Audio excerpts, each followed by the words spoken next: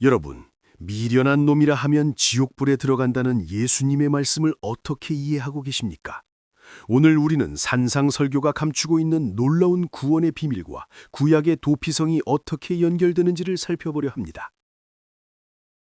산상설교는 단순한 윤리 강령일까요? 아니면 천국으로 인도하는 안내서일까요? 예수님의 첫 번째 설교이자 복음의 요약인 이 말씀은 도덕 교과서가 아닙니다. 너희 의가 바리새인보다 낫지 못하면 결단코 천국에 들어가지 못하리라는 선포는 착하게 사는 법이 아닌 구원받는 법에 대한 본질적인 이야기입니다.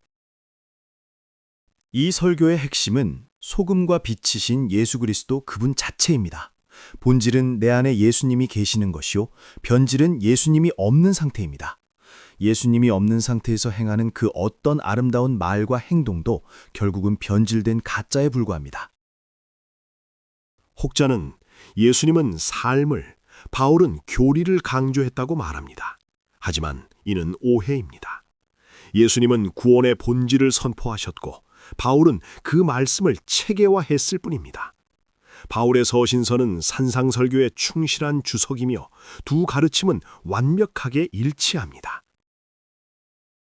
이제 예수님의 충격적인 고발이 시작됩니다. 주님은 살인의 정의를 단순한 행위에서 마음의 영역으로 확장하십니다.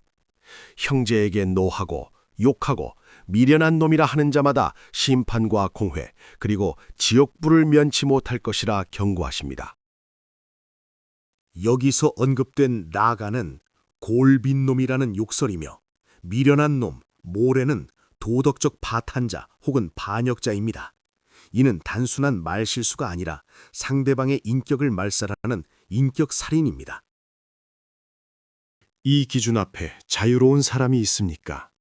남을 미워하거나 험담해 본 적이 있다면 예수님의 기준으로는 우리 중 구원받을 확률은 0%입니다. 이 말씀은 도덕 훈화가 아니라 우리의 의로는 지옥을 피할 수 없다는 전 인류를 향한 사형 선고입니다.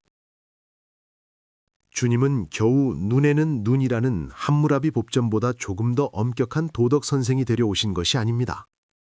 인간의 의지나 노력으로는 결코 도달할 수 없는 하나님의 의를 보여주기 위해 오셨습니다. 인간의 의지는 얼마나 무력합니까? 도박을 끊으려 손가락을 잘랐지만 결국 발가락으로 화투를 쳤던 이들처럼 우리의 결단과 자해만으로는 죄의 본성을 끊어낼 수 없습니다.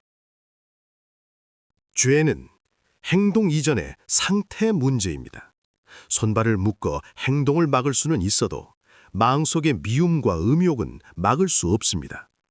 우리의 근본적인 문제는 무엇을 했는가가 아니라 우리가 어떤 상태인가에 있습니다.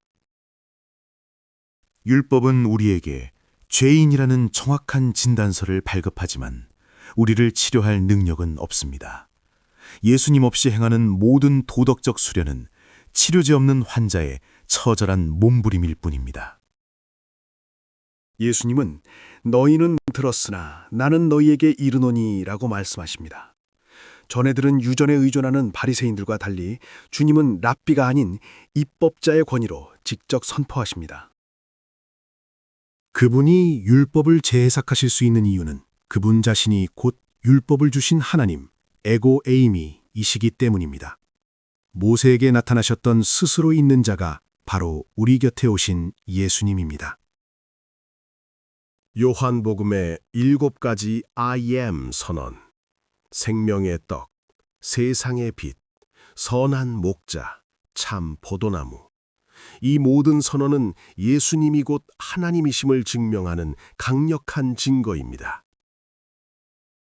출애굽기 20장의 10계명을 보십시오.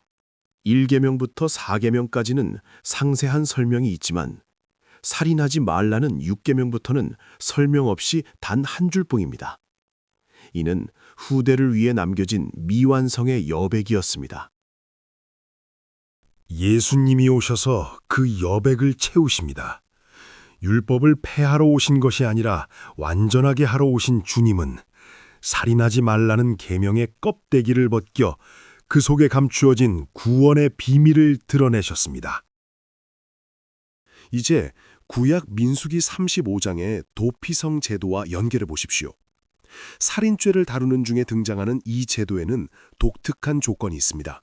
바로 대제사장이 죽기까지 거기 거주해야 한다는 것입니다. 도피성은 죽음을 면하게 해주지만 죄 자체가 사라지는 것은 아닙니다. 성 밖으로 나가면 죽음을 피할 수 없으며 돈이나 속전으로도 풀려날 수 없는 임시 유보 상태입니다. 유일한 탈출구는 오직 대제사장의 죽음뿐입니다. 대제사장이 죽어야만 살인자는 자기 땅으로 돌아갈 수 있습니다. 그의 죽음만이 죄를 대속하고 기소를 완전히 중지시킵니다. 산상설교의 기준에 따르면 우리 모두는 죽어 마땅한 살인자입니다. 우리는 도피성에 갇힌 죄수와 같아서 스스로의 힘으로는 절대 그곳을 나갈 수 없습니다. 여기서 구약의 미스터리가 풀립니다. 영적 살인자인 우리의 죄를 씻을 수 있는 유일한 사건은 참된 대제사장이신 예수 그리스도의 죽음뿐입니다. 예수님은 우리의 피난처이자 우리를 위해 대신 죽으신 대제사장입니다. 놀랍게도 예수님을 죽이려 했던 대제사장 가야바의 입을 통해 이 복음이 예언되었습니다. 한 사람이 백성을 위하여 죽어 온 민족이 망하지 않게 되는 것이 유익하다. 그는 정치적 계산으로 말했지만 하나님은 진리를 선포하게 하셨습니다. 이것이 하나님의 거룩한 유머입니다. 하나님은 가장 악한 자의 입을 빌려서라도 대속의 비밀을 말씀하십니다. 인간 대제사장이 자신도 모르게 참된 대제사장의 죽음을 예고한 것입니다. 예수님은 심판의 강도를 높여가며 선포하십니다. 노하는 자는 심판을, 욕하는 자는 공회를, 미련한 놈이라 하는 자는 지옥불을 받을 것입니다. 결론은 명확합니다. 우리 모두는 지옥불을 피할 수 없는 절망적인 존재라는 것입니다. 율법의 행위로는 의롭다함을 얻을 육체가 없습니다. 율법의 목적은 우리가 불가능한 존재임을 처절하게 깨닫고 십자가 앞으로 나오게 하는 것입니다. 이제 진정한 화해의 의미를 살펴봅시다. 형제를 뜻하는 아델포스는 자궁을 공유하는 사이라는 뜻입니다. 우리가 형제라 부르는 이유는 한 아버지 하나님으로부터 났기 때문이며 이는 구원받은 백성들의 영적 관계를 의미합니다. 그렇다면 형제에게 미련한 놈이라 저주하는 진짜 의미는 무엇일까요? 그것은 예수 없이도 구원받을 수 있다는 거짓을 가르쳐 형제를 지옥으로 보내는 것입니다. 잘못된 구원관을 심어주는 것이야말로 가장 무서운 영적 살인입니다. 주님은 천국문을 막고 서 있는 종교적 위선자들에게 분노하십니다. 예수 없음의 길로 사람들을 인도하는 모든 시도는 저주받을 일입니다. 예물을 드리기 전 형제에게 잘못된 구원의 길을 가르친 것이 생각난다면 즉시 가서 바로잡으십시오. 오직 예수뿐임을 다시 선포하고 돌아와야만 진정한 예배가 됩니다. 우리의 죄값은 털끝 하나 남김없이 지불되어야 하지만 우리에겐 그럴 능력이 없습니다. 오직 예수님의 보혈만이 다 이루었다. paid in full이라고 선언하실 수 있습니다. 그분의 죽음으로 우리는 비로소 도피성에서 자유를 얻었습니다.